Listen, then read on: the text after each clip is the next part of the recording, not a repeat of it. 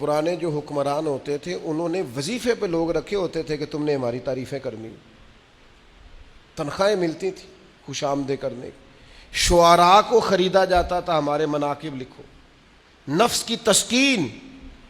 لیکن کچھ رب کے بندے ایسے بھی تھے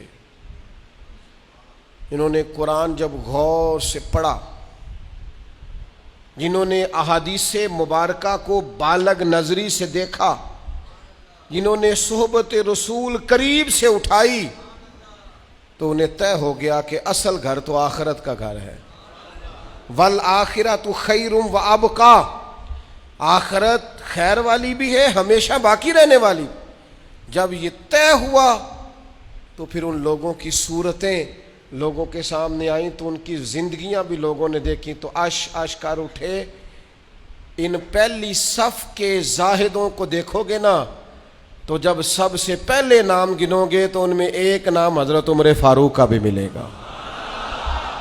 حضرت عمر رضی اللہ تعالیٰ عنہ کی زندگی ساری پڑھ لو اور غور سے پڑھ لو، ایک بات ماننی پڑے گی کہ دائیں بائیں آگے پیچھے دولتیں پھرتی رہیں، پر فاروق اعظم کی نظر کو دولت لبھا نہیں سکی۔ ان کا دھیان سیدھا یا بیت اللہ شریف کی طرف رہا ہے یا گنبد خضرا والے محبوب کی طرف رہا ہے، لبھایا نہیں کسی چیز میں، نہ کوئی چیز قریب آ ہی نہیں سکی۔ حضرت سعد بن ابی وقاص رضی اللہ تعالیٰ عنہ کا ایک قول ہے، اور درجنوں بیسیوں سینکڑوں باتوں اور کتابوں کا نچوڑ ہے۔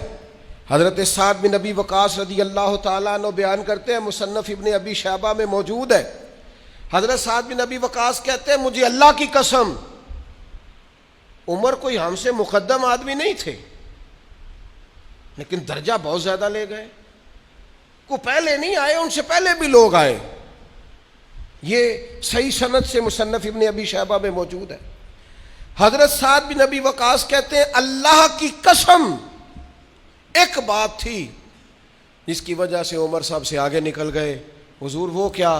فرمانے لگے، عمر نے دنیا داری سے دل نہیں لگایا، مال سے، لالچ سے، ہرس سے، ہوس سے دور رہے عمر۔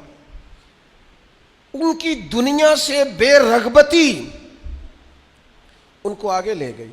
اور یارو دانش مندان دا کام نہیں، دل دنیا تے لانا، اس ووٹی تے لاکھ خامد کیتے۔ درویش سے پوچھا، حضور کہنے لگے، حضور یہ زمین میری ہے، تو ہنس پڑے، کہنے لگے تیرے سے پہلے کس کی تھی اور تیرے بعد کس کی ہوگی؟ دانش مندہ دا کام نہیں، دل دنیا تے لانا، اس ووٹی تے لاکھ خامد کیتے، جو کیتا سو کھانا۔